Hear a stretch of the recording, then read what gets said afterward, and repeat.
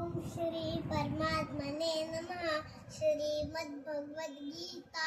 अथ पंचदशोऽध्यायः। श्रीभगवानुवाच ऊर्ध्वमूलमधः शाखम् अश्वत्थं प्राहुरव्ययम् छन्दांस्यस्य पर्णानि यस्तौ वेद स वेदवित् अतश्चोर्ध्वं प्रसृतास्तस्य शाखा पुनः प्रबुद्धा विषयप्रवालाः अथश्च मूलान्यनुसन्ततानि कर्मानुबन्धीनि मनुष्यलोके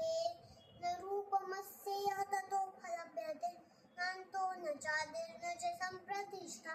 अश्वत्थमेनं सुविरूढमूलम् असङ्गशस्त्रेण दृढेन चित्वा ततः पदं तत्परिमार्गितव्यै यस्मिन् गता न निवर्तन्ति भूयः तमेव चाद्यं पुरुषं प्रपद्ये यतः प्रवृत्तिः प्रसृता पुराणे निर्माणमोहाजितसङ्गदोषा अध्यात्मनित्या विनिवृत्तकामाः बन्धुर्विमुक्ताः सुखदुःखसंज्ञे गच्छन्त्यमूढाः पदमव्ययं तत् न तद्भासयते सूर्यो न शशाङ्को न पावकः यद्गत्वा न निवर्तन्ते तद्धाम परमं मम मम एवांशो जीवलोके जीवभूतः सनातनः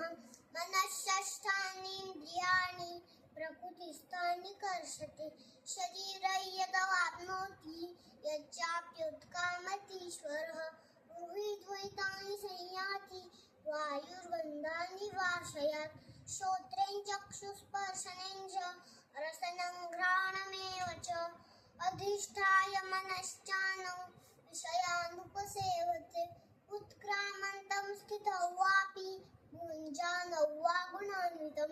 विमूढानानुपश्यन्ति पश्यन्त्यात्मचक्षुषः यतन्तो योगिनश्चैनं पश्यन्त्यात्मन्यवस्थितं यतन्तोऽप्यकृतात्मानो नैनं पश्यन्त्यचेतसः यदादित्यगतं तेजो जगद्भासयतेऽखिलं यश्चन्द्रमस्यच्चाग्नौ तत्तेजो विद्धिमामकम् गामाविश्य च भूतानि धारयाम्यहमोजसा पुष्णामि चौषधिः सर्वाः सोमो भूत्वा रसात्मकः अहं वैश्वानरो भूत्वा प्राणिनां देहमाश्रितः प्राणावान् समायुक्तः पचाम्यन्ये चतुर्विधम् सर्वस्य चाहं हृदि सन्निविष्टो मत्तस्फुटिर्ज्ञानमपोहनं च वेदैश्च सर्वैरहमेव वेद्यो वेदान्तकृद्वेदविदेव चाहं द्वाविमौ पुरुषौ लोके क्षरश्चाक्षर एव च क्षरः सर्वाणि भूतानि कूटस्थोऽक्षर उच्यते उत्तमः पुरुषस्त्वन्यः परमात्मेत्युदाहृतः यो लोकत्रयमाविश्य बिभर्त्यव्यय ईश्वरः